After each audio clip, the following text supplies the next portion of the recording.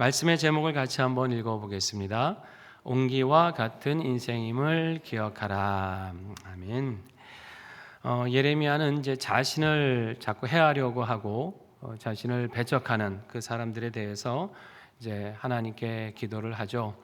사실 예레미야가 이 말씀을 나중에 이제 전체적으로 우리가 보면 이 말씀을 전한 기간이 무려 41년이었어요. 계속해서 이 말씀을 오래도록 유다가 망할 때까지 이 말씀을 전하는 사명을 감당합니다. 4년도 아니고 41년, 이게 짧은 세월은 아니죠.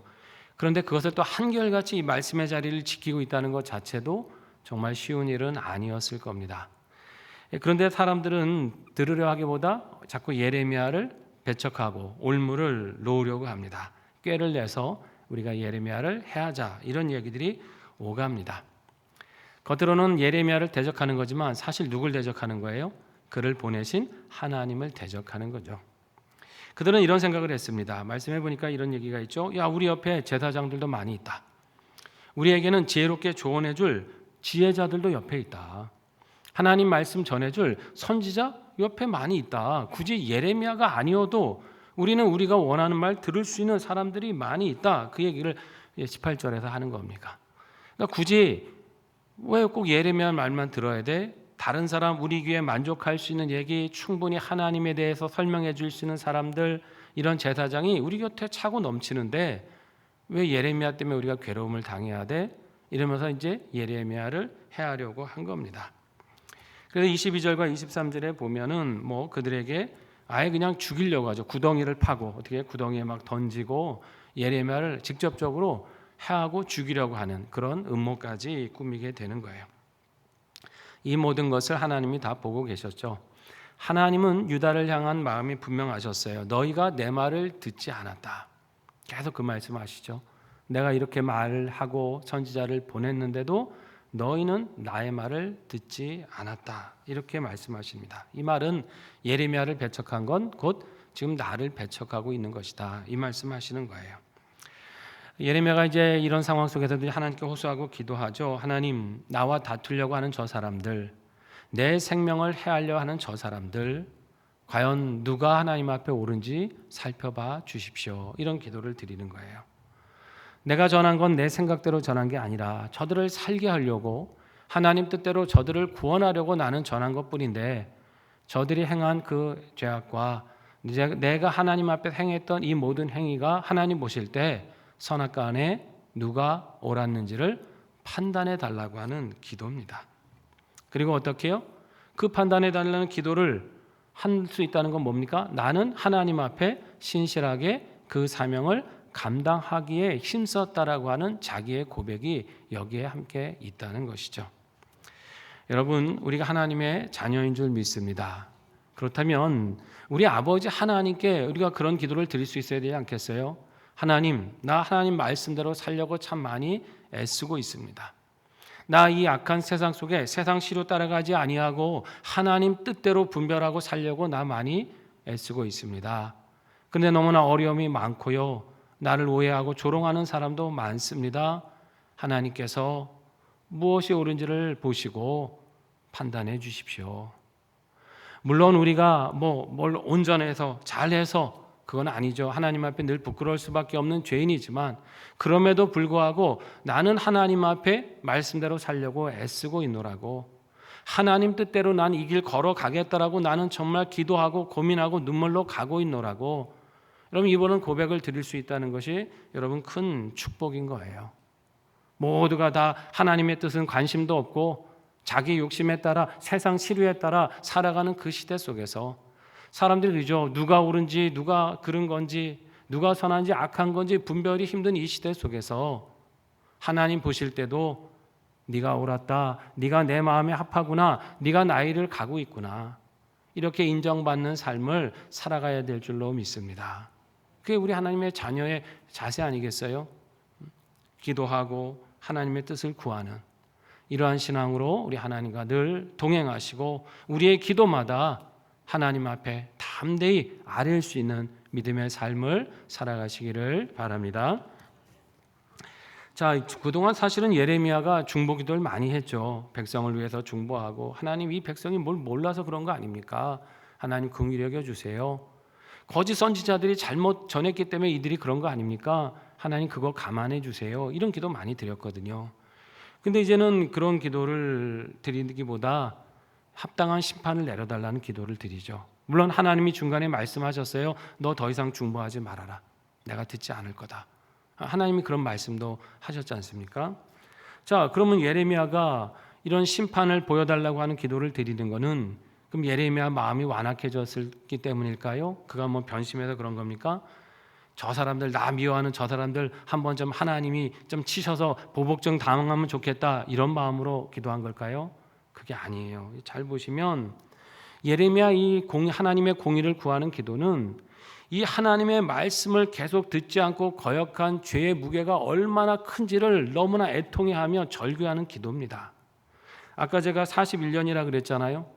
41년을 전했는데도 유다는 전혀 마음이 바뀔 생각이 없었어요. 끝까지 그러다 결국 망할 때까지 갑니다. 잠깐은 어땠는지 몰라도 전반적으로는 하나님의 말씀을 계속 이들은 거역했습니다. 그러니까 즉 예레미야가 설교하고 기도하고 외친다고 해서 백성들의 마음이 지금 변할 상태가 아닌 거예요. 그만큼 완악해졌어요. 그러니까 어떻게 돼요? 이제는 남은 게 뭐밖에 없냐면 하나님이 공의밖에 없는 거예요. 이건 사람이 해결할 수가 없으니까. 설교할 때 돌이키고 하나님 말씀 전했을 때 깨달아서 바뀌면 그래도 살 길이 있고 평강의 길이 있는데, 모든 인간이 할 수 있는, 또 하나님이 보내신 사명자로서 책임을 다했음에도 불구하고 그렇게 해서 끝까지 거역하고 듣지 않았을 때 이제는 사람이 어쩔 수 없잖아요. 이제 누가 하셔야 돼요? 하나님밖에 하실 게 없는 거예요. 하나님밖에. 그럼 하나님이 하신다는 건 하나님의 공의를 보이신다는 건데, 하나님의 공의를 보이신다는 건 완고하고 거역한 자들에게는 이게 축복이겠습니까?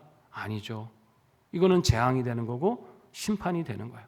순종하고 돌이킨 사람에게는 축복과 생명의 길이 되지만 끝까지 거역한 사람들에게는 이 길은 심판을 피할 길이 없다라고 하는 것입니다.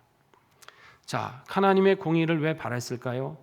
그래야 악한 자들이 심판을 받고 믿음으로 말씀으로 주님을 붙들고 있던 자들이 신원을 받기 때문이죠. 세상이 여러분 악한 자가 끝까지 승리하고 믿음의 사람들은 그냥 피해만 당하고 고생하고 죽었다더라, 이러면 하나님의 공의가 어디 있는 겁니까?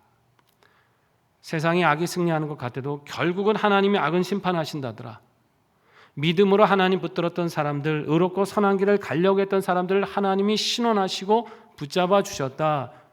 이것이 하나님의 역사 아닙니까? 그 역사가 이 땅에 나타나야죠. 그걸 구하는 거예요. 예레미야는 단순히 개인적인 미움, 자기를 해하려는 사람들에 대한 그런 마음이 안 좋아서 그들에 대한 그런 원망이 아니라 하나님의 공의를 보이셔서 믿음의 사람들을 붙잡으시고 위로하시고 이 땅을 바로 잡아 주셔서 하나님의 역사를 나타내 달라라는 기도입니다. 여러분, 우리도 그런 생각 들 때 있죠. 하나님 이렇게 막 기도하는데 왜 세상은 자꾸 이렇게 빨리 바뀌지 않습니까? 왜 자꾸 이렇게 악이 성행합니까? 왜 우리가 그동안 믿었던 가치와 질서가 자꾸 왜 무너져가는 걸 보고만 계십니까? 우리가 답답할 때가 있어요. 이때 말씀대로 살려고 하는 게 힘들잖아요. 사실 세상과 타협만 해버리면 쉽고 편한 길 가는데 그게 아니라고 믿음의 사람들은 자꾸 얘기해야 되니까 세상에서 그렇게 쉽지가 않죠. 반대에도 부딪히고 조롱도 당하고 멸시도 당할 수 있어요. 그러나 여러분, 믿음으로 걸어가는 그 길을 하나님이 반드시 지키시고 신원하시는 것을 확신하시기 바랍니다. 하나님 살아계세요. 하나님 반드시 공의대로 역사하십니다. 그때는 악한 자는 멸하게 될 것이고 믿음으로 기도하고 하나님의 공의를 바라고 구했던 자들은 위로받고 하나님이 그 모든 아픔을 신원해 주실 줄 믿습니다. 이것이 우리의 믿음이고 소망인 거예요. 예레미야가 이제 이렇게 기도를 하는데 하나님께서는 또 이제 19장에서 보니까 또 이제 상징적인 걸로 또 심판을 또 하나 말씀하시죠. 여러 상징과 행동들이 나오잖아요. 예레미야한테 뭘 지시하시냐면 토기장이한테 가서 그 질그릇을 만든 옹기 그릇 하나를 사 갖고 오라 그러세요. 그리고 이걸 어디로? 백성의 장로들과 제사장 이런 사람들을 청해서 하시드 문 어귀에 있는 흰놈의 아들 골짜기로 이들을 데리고 가라, 이런 말씀을 합니다. 여기 이제 하시드 문이라고 있는데, 이제 이거 원래 뜻은 질그릇 조각의 문이다라는 뜻인데, 예루살렘 성에는 이제 여러 문이 있었어요. 근데 이제 이 문은 뭐냐면, 느헤미야에 보면 이제 분문이라는 표현이 있습니다. 여기는 뭘 오가는 거냐면 성 안에 있는 쓰레기와 오물을 내가는 곳이에요. 이제 문이 여러 개 있으면 어떤 문은 이제 왕이 다니는 문이 있을 수 있고, 어떤 문은 또 군사들이 병거가 다니는 문이 있지 않겠습니까? 또 뭐 상인들이 다녀야 되는 문이 있을 수도 있고. 그런데 이제 성 안에 많은 사람들이 살다 보면 쓰레기와 오물을 또 내가야 되잖아요. 이제 그 문을 분문이라고 그랬거든요. 이제 그 문을 이제 하시드 문이라는 표현을 쓰시는 거예요. 그래서 이 분문으로 쓰레기를 가지고 나가면 그 예루살렘 그 남서쪽의 지역에 하나의 골짜기가 있었습니다. 쓰레기를 모아서 소각하는, 그걸 흰놈의 아들 골짜기라고 하는 곳이에요. 흰놈의 아들 골짜기. 이제 거기서 온갖 쓰레기를 모아놓고 이제 소각을 시켰던 곳입니다. 근데 여기서 쓰레기만 소각한 게 아니고, 이스라엘이 타락했을 때 우상에게 여기서 제물을 바쳤는데 자신들의 아이들을 불살라서 몰렉에게 바친 곳, 이것이 또 흰놈의 아들 골짜기입니다. 쓰레기를 태우라 그랬더니 자녀들을 불살라 우상에게 바치는 악을 이곳에서 행했습니다. 그래서 여러분 예레미야 7장에서도 이제 조금 지나서 이제 기억이 좀 잘 안 나실 수도 있겠는데요. 여기도 이것을 이제 심판의 장소로 하나님이 말씀하시거든요. 여기서 계속 우상 숭배를 하니까, 그래서 이 불이 꺼지지 않는다. 계속 쓰레기를 계속 태우니까 불이 꺼지지 않았거든요. 그것을 하나님이 이제 심판의 불이 꺼지지 않는다라는 의미로 이것을 심판의 골짜기로 말씀하셨고, 이게 신약 성경에서는 그것을 게헨나라는 말을 써서 음부, 지옥, 불이 꺼지지 않는 곳, 이런 의미로다가 게헨나라는 발음으로 신약에서는 나온 적이 있죠. 자, 근데 이제 여기로 데려가라는 거예요. 이제 이 심판의 장소가 될 거라는 걸 말씀하시는 거예요. 귀가 떨릴 정도로 아주 무서운 심판이 임할 것이다 하시죠. 자, 이유는 4절 이하에 있습니다. 그들이 누구를 버렸냐면 하나님을 버렸어요. 하나님을 버렸다라는 말을 쓰십니다.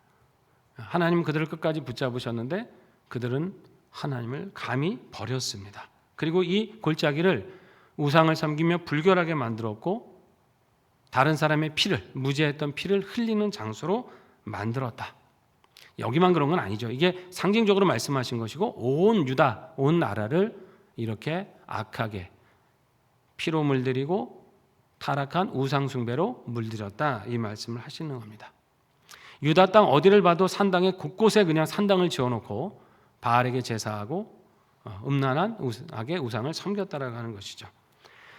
실제로 그 유다 땅 곳곳에 산당을 세웠다는 의미도 되지만, 여러분 이게 뭐예요? 곳곳에 산당을 세웠다는 건 이들의 삶의 모든 문화와 중심이 우상에게 가 있었다는 거 아닙니까? 얼마나 일상이 우상하고 가까웠으면 그냥 성전에도 우상 세워놓고, 각 산에 조그만 언덕 있으면 거기다가 다 산당 세워놓고, 그냥 심지어 쓰레기를 태우는 소각장까지 거기 가서 우상을 섬기고, 이 말은 그들의 삶의 모든 일상의 중심이 하나님이 전혀 아니셨다라는 거예요. 내 육신의 욕망, 내 만족, 쾌락, 세상에서의 성공, 돈과 명예와 권세, 세상에서 누리는 모든 것들이 그들 삶의 하나님이 되었다라는 뜻입니다. 그런 의미에서 보면 오늘 우리도 우상을 섬기는 상황 속에 놓여 있는 거죠. 여러분 꼭 뭐 어디 가서 점치고 굿하는 것만 우상 숭배가 아니에요. 그렇게 하지도 않으시겠지만, 하나님이 내 삶의 중심이 아니고 내가 중심이 되는 그 자리는 다 우상의 문화가 되는 겁니다. 그렇죠? 여러분, 하나님이 기뻐하시는 일 우리가 사모하고 나가야 되는데 그건 관심이 없어요. 어떻게 하면 내 육신을 기쁘게 할까? 어떻게 하면 내 육신의 안일함을 구할까? 이것이 나의 삶의 목적이 되고 제일로 우선순위가 되면 그게 우상 숭배인 거예요. 나의 욕심을 섬기는 거잖아요. 하나님의 뜻을 순종하는 게 목적이 되어야 되는데 그건 관심이 없어요. 내 명예, 내 인기, 내가 잘 되는 거, 이게 목적이 되는 순간 그게 우상이 되는 거고, 만약에 그 때문에 하나님조차도 내 신앙의 수단이 된다면 하나님을 우상으로 만들어 버리는 거예요. 우리는 얼마든지 그런 죄를 범할 수 있습니다. 나와서 하나님을 예배하지만 내 마음에는 그 하나님을 인격적으로 순종할 아버지가 아니라 나를 위해 필요한 수단 정도로 여길 수 있다는 거예요. 내가 우상이 되면, 내가 하나님이 되면 진짜 하나님은 우상이 되는 거예요. 자, 세상에서 얻은 지위, 그런 어떤 인맥들, 세상을 살려면 이게 있어야 돼, 이게 최고야. 하나님보다 더 의지하고 사랑하는 모든 것 다 우상 아닙니까? 인생이 내 뜻대로 돼야 되고 내 계획대로 돼야 된다고 하는 모든 고집들, 이것도 우상이죠. 인생이 내 뜻대로 되면 되나요? 하나님 뜻대로 돼야 되잖아요. 근데 이것도 내가 중심이 돼서 내 인생은 내가 계획해야 되고, 심지어 자식의 인생은 또 내가 계획해야 되고, 모든 것이 내가 중심이 되는 것, 주인 되는 것, 다 이것도 하나님 앞에 우상이다. 여러분, 신앙의 목적은요, 우리가 잘 되는 게 아닙니다. 주일 설교도 말씀드렸죠. 우리 삶을 통해 하나님을 영화롭게 해드리는 것이 목적이 되어야 될 줄로 믿습니다. 그게 하나님 우리에게 주신 삶의 신앙의 목적이에요. 내가 잘 되는 게 목적이 아니고 하나님을 영화롭게 하는 삶을 살다 보니 덤으로 주시는 은혜가 있고 덤으로 주시는 축복들이 있는데, 아니 본질은 놓치고 자꾸 덤으로만 우리가 살려고 그러니까 인생이 곤고하다. 우리의 목적을 분명히 해야 된다는 것이죠. 자, 7절에 이런 말씀하세요. 내가 너희들의 계획 다 무너뜨리겠다, 이런 말씀하십니다. 그렇죠? 그 표현 나오죠. 유다와 예루살렘의 계획. 너희가 인생에서 어떻게 하면 안전하고, 너희가 인생에서 어떻게 하면 성공하고, 하나님이 아니어도 스스로 복과 삶의 평강을 구할 줄 알고 여러 가지 계획을 세웠다마는 그거 내가 다 무너뜨릴 거야. 그거 다 헛된 거야. 나 없이 구하는 너희의 모든 계획과 지략들은 다 의미가 없는 거야 하면서 말씀하시는 거예요. 유다는 그랬죠. 하나님 없이도 우리가 얼마든지 잘 살 수 있잖아. 이 세상에 안전장치가 있어. 이 길만 따라가면 성공할 수 있어. 이대로만 하면, 저 사람들이 가는 길만 그대로 따라가 보면 얼마든지 이 세상에서 내가 원하는 행복한 삶 살아갈 수 있어. 이렇게 계획을 세웠어요. 근데 하나님은 어떻게 해요? 다 무너뜨리겠다 하시는 거죠. 하나님 없이 도모하는 계획들, 세운 인생의 모든 계획들 다 헛것으로 하게 하시겠다. 결국 원하는 것도 얻지 못하고 오히려 조롱거리가 되게 하시겠다 하시죠. 세상 사람들이 그럴 거 아닙니까? 우리가 하나님을 온전히 믿고 순종하고 해서 하나님의 은혜와 복 가운데 거야 되는데, 믿는다 하면서도 내 뜻, 내 고집, 내 방식, 세상 방식 따라가다가 정말 우리가 그런 하나님의 은혜를 받지 못하게 되면, 하나님 믿는다더니 왜 저렇게 됐냐, 사람들은 오히려 그것을 우습게 여기고 조롱하게 될 수도 있다는 거예요. 여러분, 정말 세상에 조롱거리가 되지 않고 세상에서 존귀함을 얻는 길이 뭔지 아시겠어요? 여러분, 온전히 우리가 하나님께 붙잡히는 건 줄 믿습니다. 하나님께 온전히 붙잡히고 하나님이 인도하시는 인생이 되고 하나님이 이끌어 가시는 삶이 되면요, 세상에 함부로 하지 못해요. 두렵죠. 존귀하게 보는 거예요. 저 하나님은 저 사람과 함께 하는구나. 이게 세상 사람들을 두렵게 하는 것이죠. 하나님을 영화롭게 하는 것이죠. 그들과 똑같은 방법으로 세상에서 잘 되면 그게 하나님을 영화롭게 하는 게 아니라, 정말 우리 인생이 하나님께 붙들렸을 때 하나님이 우리를 통해 세상의 영광을 받으시는 것입니다. 그건 어떻게 사는 거예요? 우리 주권을 하나님께 다 맡겨야 되죠. 내 걸음을 주님께 맡겨야 됩니다. 여러분, 인생의 계획을 세우시되 주권을 누구에게요? 하나님께 맡겨드리세요. 하나님께. 하나님, 저 이런 계획 세웁니다. 이런 길 나가려고 합니다. 이런 거 꿈꾸고 노력합니다. 그러나 하나님 주시는 가장 복된 길로 인도하여 주시옵소서. 이게 우리 믿음이 되어야 되는 거예요. 그게 참된 복입니다. 그러면 어떻게 되겠어요? 형통할 때는 하나님께 감사하게 되겠죠. 영광 올려드리게 되겠죠. 어렵고 힘든 일 만날 때는 낙심하겠습니까? 아니죠. 기도하게 되는 거죠. 하나님께 또 무릎 꿇고 하나님과 동행하는 모습. 그럴 때 하나님께 영광이 되는 거죠.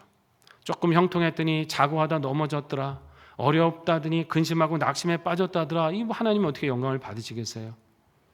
잘 될 때는 감사함으로 영광 돌리고, 고난의 때를 만날 때는 무릎 꿇음으로 하나님을 의지하는 것, 이것이 하나님을 영화롭게 해드리는 것이죠. 여러분, 이러한 삶으로 우리 하나님께 영광 돌리시고 신앙의 제일 된 목적을 기쁨으로 이루어 가시기를 축복합니다. 참 안타깝게도 이제 이스라엘은 그렇지 못했다고 하는 거고요. 자, 결국 그들은 이제 원수들에 의해서 공격당하고 사람들의 조롱거리가 될 수밖에 없었습니다. 하나님은 심지어 어떻게까지 표현하시냐면 너희가 너희 자녀들의 살을 먹게 될 것이고 친구끼리 서로 죽이게 될 거다. 이런 표현까지 쓰십니다. 표현만 봐도 어떻게 이런 끔찍한 일이 있겠는가 하지만 여러분 실제로 이스라엘에 이런 역사 있었잖아요. 열왕기 하 6장 기억하세요? 아람왕 베나닷이 왜 북이스라엘의 수도 사마리아를 포위하니까 성중에 먹을 게 떨어졌잖아요. 포위는 풀리지 않고 먹을 게 떨어지니까 어떻게 돼요? 이제 먹을 게 없어요. 그러니까 서로 이웃끼리 자녀를 잡아먹자고. 그래서 하루에 동안에 이 자녀를 잡아서 먹고 다음날 너희 자녀 내놓으라 그러니까 숨겨놓고 하는 막 이러면서 왕 앞에 호소하고 하는 정말 아주 비참한 지경에 놓이잖아요. 사마리아 땅이. 유다도 마찬가지예요. 예레미야 애가 2장 20절에 보면 예루살렘도 북쪽 이스라엘만이 아니라 예루살렘도 바벨론 군대가 포위했을 때 이런 일이 일어나요. 유대 역사가 중에 요세푸스라고 하는 아주 유명한 역사가가 있는데 그가 어떤 기록을 했냐면 유대 전쟁사에서 이렇게 포위됐을 때 유대 부모들이 자신들 아이들을 잡아서 그 살을 먹었다는 거예요. 자기들 살겠다고. 보통 생각에는 부모가 죽고 자식을 살려야지 어떻게 그렇게 하는지 이게 인간성이 이렇게까지 비참하게 무너져 가는 상황이 된 거예요. 왜? 이유는 뭡니까? 하나님을 떠났으니까. 하나님을 버렸으니까. 인생은요 하나님이 함께 하실 때 존귀한 거지 하나님 떠난 인생, 하나님과 무관한 인생은요 이건 짐승과 다를 바 없어요. 벌레와 다를 바가 뭐가 있습니까? 우리가 생각할 때 인생이 저렇게까지 악하냐 많이 보잖아요. 이제 우리 뉴스를 통해서도 보고 너무나 악한 사람들 많잖아요. 하나님이 함께 하지 않으면 인생은 금수만도 못한 게 인생 아닙니까? 자, 10절에 보니까 하나님이 이제 그것을 상징적으로 옹기를 깨트리라고 하시죠. 자, 이렇게 옹기가 그 질그릇이 깨져버리면 다시 붙일 수 있습니까? 붙일 수 없는 거죠. 너희들 이렇게 심판당했을 때 많은 사람이 이렇게 깨어짐과 같이 너희는 죽게 될 것이다. 심지어 얼마나 많은 사람이 죽었는지 매장하고 매장했는데도 매장지가 없어서 그냥 들에다가 던져놓을 수밖에 없는 거예요. 공중에 새가 먹고 땅에 짐승이 와서 먹는 매장되지 못하고 죽는다는 것 자체도 큰 저주로 여기는 유대 사회 속에서 이런 일이 일어나게 될 거라고 말씀을 하시는 거예요. 이 인생을 보면 이 말씀처럼 인생은 정말 하나님 없이는 아무것도 아니에요. 깨진 옹기와 다를 바가 없습니다. 여러분 옹기는요 탁 던져서 떨어지면 그냥 박살 나지 않습니까? 여러분 인생이 그렇잖아요. 강해 보여도 우리 육신은요 한순간에 무너질 때가 있어요. 건강 아무리 좋아도 한순간에 바람처럼 날아갈 때가 있습니다. 우리가 아무리 의지가 강하고 대단한 것 같아도 별것 아닌 유혹에 넘어져 버릴 때가 있잖아요. 인생은요 정말 아무것도 아니에요. 그냥 질그릇 뿐입니다. 여러분 근데 이 옹기 같은 운명이요 누구의 손에 있을 때 달라집니까? 하나님 손에 붙들려 있을 땐 달라질 줄 믿습니다. 깨진 옹기, 약한 옹기, 아무짝에도 쓸모없는 옹기지만 하나님 손에 붙들려 있으면 귀하게 쓰임 받는 거예요. 하나님은 우리가 깨어졌을 때도 다시 빚어주실 수 있는 분이시고 우리가 상처나고 넘어졌을 때도 회복하실 수 있는 분이시고 다시 살리셔서 귀하게 쓰실 수 있는 분이세요. 우리 인생이 누구 손에 있어야 됩니까? 하나님 손에 붙들려야 되는 것입니다. 토기장이신 하나님, 나를 늘 빚어주시옵소서. 나를 주의 품에서 주의 뜻대로 만들어 주시옵소서. 내가 원하는 모양이 아닌 하나님이 원하시는 대로 빚으셔서 하나님 영광 위에 사용해 주시옵소서. 여러분 이것이 우리의 믿음이 되시기를 바랍니다. 그래서 우리 연약한 인생이지만 주의 손에 굳게 붙들리셔서 그 하루하루의 삶이 견고한 반석 위에 서는 삶이 될 수 있기를 주의 이름으로 축복합니다.